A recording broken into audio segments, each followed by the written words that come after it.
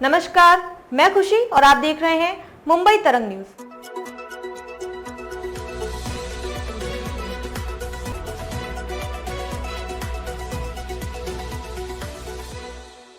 अनमोल रत्न कहते हैं, वो रहा नहीं। ये भारत का कोहिनूर, हरपला भारत का कोहिनूर रहा नहीं, हमसे बिछड़ गया है, ऐसा मैं कहूँगा। और रतन टाटा जी हमारे में नहीं रहे, ये बहुत ही वेदनादायी दुखद घटना है हमारे लिए, पूरे देश के लिए। पूरे देश का एक अभिमान था, हमारे महाराष्ट्र का भी अभिमान था। एक इतने बड़े ओहदे पर पहुंचने के बाद इतना सीधा साधा रहना, जमीन से जुड़ा रहना, ये बहुत कठिन काम वो करते थे। मैं जब मुख्यमंत्री बनने के बाद पहले उनके घर गया था, तब मैंने उनको देखा, मेरे से जो बात किया उन्होंने, जो इतना व्यक्तिमत्व जो है उनका, डाउन टू अर्थ, एक सीधा सादा रहना, मराठी में हम कहते हैं सादी राहणी, उच्च विचारसरणी। और लाखों लोगों को उन्होंने उद्योजक बनाया। उनकी इंडस्ट्री बहुत पुरानी है और ऐसे टाटा कंपनी के वो सर्वे सर्वा थे। और आज मैं यही कहूँगा कि उनको देखकर लोगों में ऊर्जा आती थी, प्रेरणा आती थी। और वो हमारे महाराष्ट्र और हमारे भारत देश का अभिमान है, स्वाभिमान है। उन्हें हमारे सरकार ने उद्योग रत्न पुरस्कार, उनको कई पुरस्कार मिले, पद्मश्री, पद्म विभूषण, और जो भी पुरस्कार उन्हें मिले, उनको देने से उस पुरस्कार की ऊंचाई बढ़ गई। ऐसे उनका कर्तृत्व था और लाखों करोड़ों लोगों को खुद के पैरों पे खड़ा करने का काम उन्होंने किया है। सिर्फ उद्योजक नहीं, तो एक देश सेवा, देशभक्ति से प्रेरित वो ये व्यक्तिमत्व थे। ऐसा इंसान होना, दोबारा मिलना, ये मुमकिन नहीं है, मुश्किल है।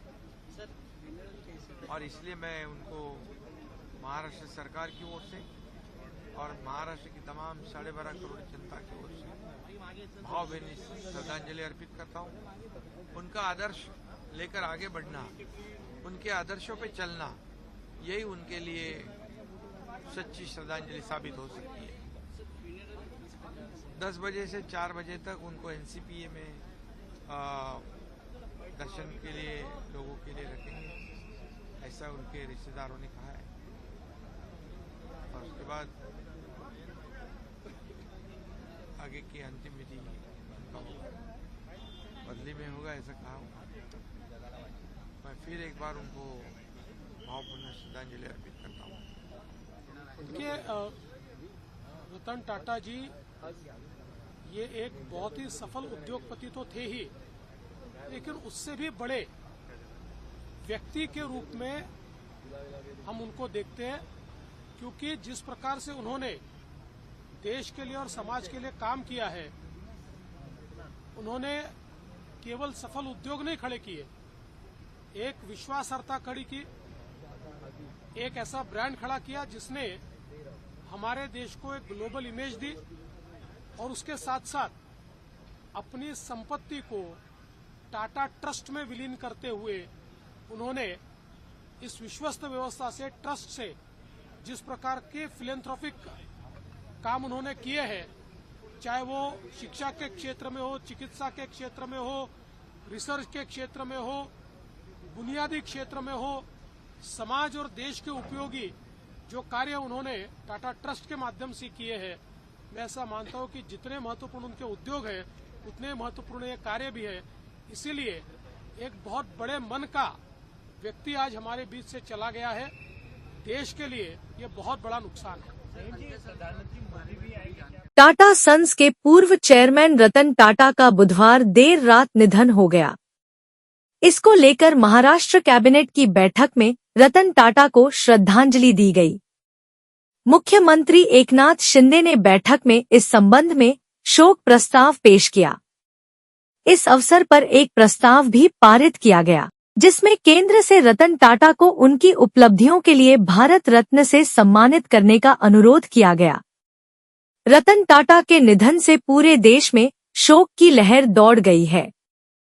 सीएम एकनाथ शिंदे ने रतन टाटा के निधन पर शोक जताते हुए उन्हें देश का अभिमान बताया है। टाटा के निधन पर महाराष्ट्र में एक दिन के शोक की घोषणा की गई है।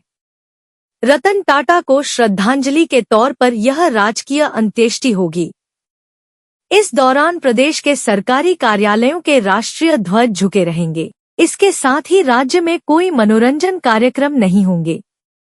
रतन टाटा का राजकीय सम्मान के साथ अंतिम संस्कार होगा। मुंबई ने अपना पितामह खो दिया है, एकनाथ शिंदे। इससे पहले एक्स पर पोस्ट कर सीएम एकनाथ शिंदे ने रतन टाटा के निधन पर शोक भी जताया था। उन्होंने लिखा, रतन टाटा के निधन से मुझे गहरा दुख हुआ है। टाटा भारतीय उद्योग जगत के महानतम लोगों में से एक थे। टाटा समूह के माध्यम से उन्होंने यह सुनिश्चित किया कि भारतीय उद्योग को दुनिया में एक उल्लेखनीय स्थान मिले। उन्हें उनकी नैतिकता, नेतृत्व और राष्ट्र प्रेम के लिए हमेशा याद किया जाएगा। उनमें अंदर निर्णय लेने का असाधारण गुण था।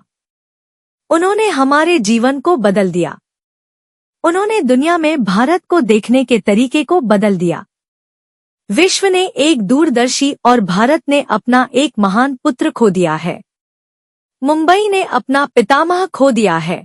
बता दें कि आज गुरुवार को शाम 4 बजे मुंबई के वर्ली इलाके में रतन टाटा का अंतिम संस्कार किया जाएगा।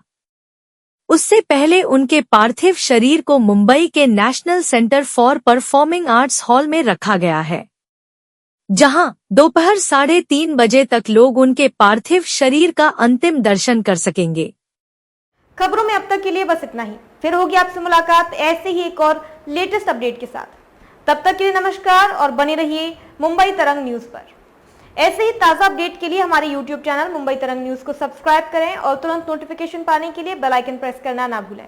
और यदि आप हमें फेसबुक के माध्यम से देख रहे हैं तो हमारे चैनल को फॉलो जरूर करें। धन्यवाद।